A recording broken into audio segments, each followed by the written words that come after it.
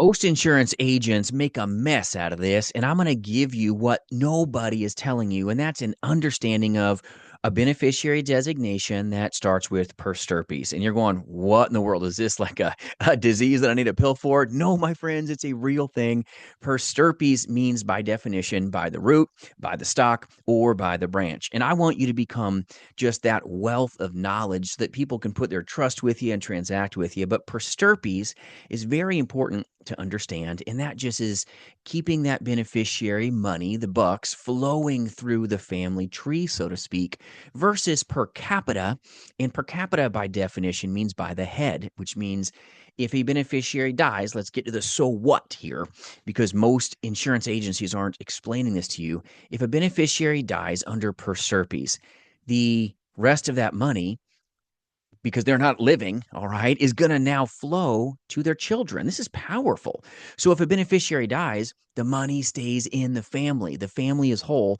And if you don't understand this, I'm going to give you what can happen if your beneficiary designation is per capita. So per stirpe is very important if they got like three people and then one person passes away. Well, under per capita, the money's gone and goes now 50-50 instead of a third, a third, a third. All right. This is powerful for you to understand and grasp because you want the money going to the right people and you want to be able to protect their so what.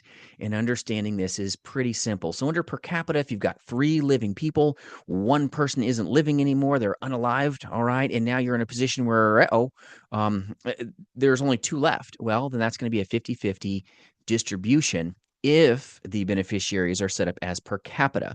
Most people would want a per stirpes arrangement when they have children. So that if it's, let's say, a third, a third, a third, all right, and you're in that positioning where it's three equal shares, and then one person passes away and the other two are still living, the two people get paid. The one person who's no longer here is actually going to have that check flow to their children, staying in their bloodline. This is a big deal for you, but per stirpes, halfway simple to understand, just means by the root, by the stock. The idea is per stirpes is keeping it within that bloodline, within that family structure.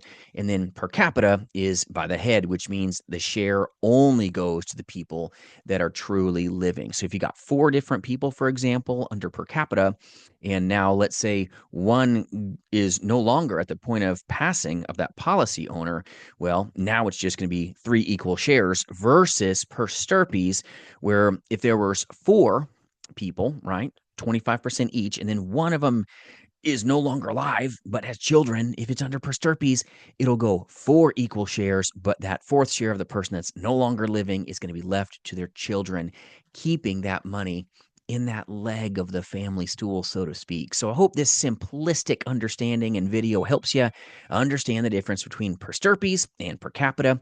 And make sure you hit the subscribe button if you want some other fun knowledge to help you hopefully step to that higher level of production and final expense telesales. And if you need a good work family to call a home, we recruit agents as well as agencies like yourself to sell life insurance, Medicare insurance, and annuities face to face, but more importantly in the telespace. So free resources for your taking at jasonfinalexpense.com. Thanks for joining with us. Hope this helps.